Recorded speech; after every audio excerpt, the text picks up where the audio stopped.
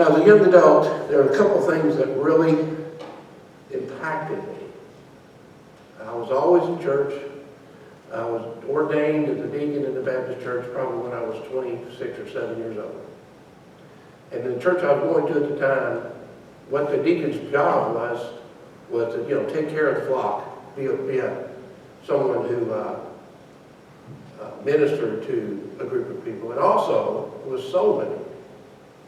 And whenever a name would pop up in the church about somebody wanting somebody to be visited in the community, you got a name and an address.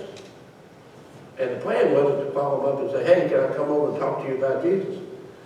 Your plan was you show up on their porch, knock on the door. And I did that, and I was scared.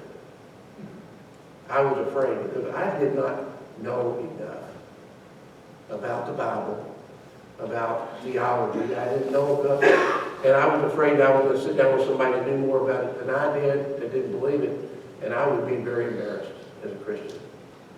I did it somewhat unsuccessfully, but it told me at that time, in my late 20s, I need to know more about what God says in His Word. And I need to know how to defend that so I can be a witness. And I think this is common for a lot of Christians, that they have a fear that they're going to fail. So, a long period of time passes, and I end up in another church. I'm a deacon there, and I met a guy at a deacon board. His name was George Hahn.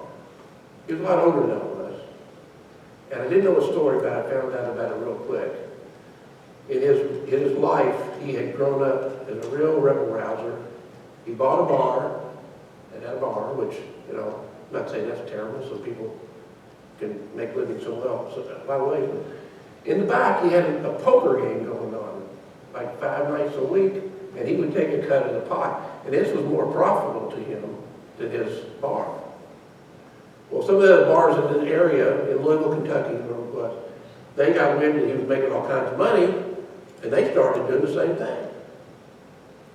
So this is how ornery a guy he was. He got in touch with them and said, you've got us to stop what you're doing. This is my game. And they said, we're not going to, you can't tell us to do that. He said, well, if you don't, you're not going to like what I'm going to do to you. And a lot of them quit then. But some of them didn't. And he had their legs broken. He actually had somebody hired a guy to go in and rough these people up, threaten their family. And this is the kind of guy he was. He was like a little mafia in that area of town. A friend of mine, who was actually one of my mentors, met him somehow and witnessed to him. And he became a Christian. He got rid of his bar, shut the bar down, and this is when I knew him. He was on the deacon board with me. And what he would do, he would go out and do lay revivals. Have you been involved in a lay revival where the layman, the pastor will ask the lay group to come in and do a revival for the weekend. Usually Friday, Saturday, Sunday. And the first 2 days before that, they go into the community and they would go out witnessing, inviting people to the revival. These lay people would. And the speakers were all laymen, like me.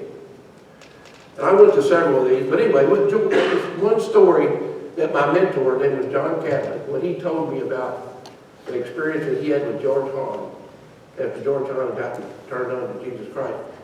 They went to this guy's farm, and they knocked on the back door. And they were told that this guy was really kind of a mean guy, and he really needed Christ. So they're standing on the back porch, which wasn't very big, and the guy opens the door and says, what do you want? Just in that kind of tone, real angry like. And George put up his Bible and said, we're here to talk to you about Jesus Christ. And he threw the door open, knocked them both off the porch. He said, you get off my property, I got work to do. Big old 6'5", 300-pound country farm boy, headed for the barn. John, my mentor, the guy that was my Sunday school teacher when I was a young adult, he headed for the car. And he was starting the car up and noticed George wasn't following him. So he looks up and sees George following this big old farmer boy into the barn, talking to him. Well, Minutes passed, several minutes passed. He says, I was scared half to death. He said, but I knew I had to see if I could help George.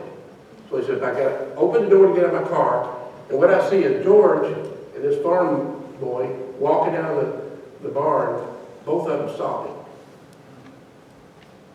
And that man went to the church, that revival, sorry,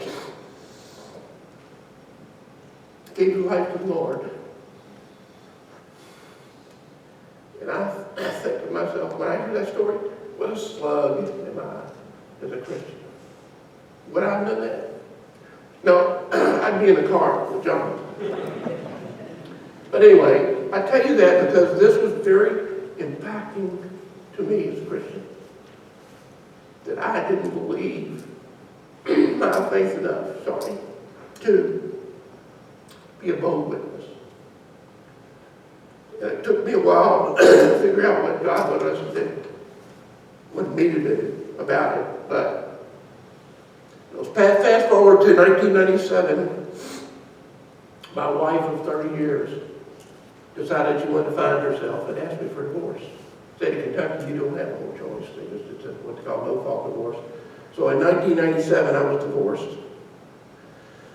And in 1997 and 8, I joined a church in what was a mega church. And I saw the spirit in that church. And it was quite an experience. It was quite a conversion that I had. I was looking for something that I could do for the Lord. And this church provided a great atmosphere for it. But anyway, in 1997, they had a Saturday debate at that church between Henry Morris, who is a very famous Christian geologist, who's written all kinds of books about flood geology, and an evolutionist, I can't tell you his name. And I listened to that. I sat there and listened to that, and I was absolutely fascinated. Because this was something I had thought about all my life. In other words, in school, in high school, and Sunday school, I've been told that the universe was eternal. I had problems with that. And now I hear this man, very learned PhD in geology, explain why the facts, some of the scientific facts, to say why it wasn't true, that the Big Bang and evolution was true. So he explained it very eloquently. I was very excited about that. I didn't know really what to do, but the next year they had Ken Ham, that Answers in Genesis, come to the church. Now, I guess y'all heard of him? Okay. They're up in northern Kentucky, but they are quite an operation, and they're very, very, very Bible-oriented creation group.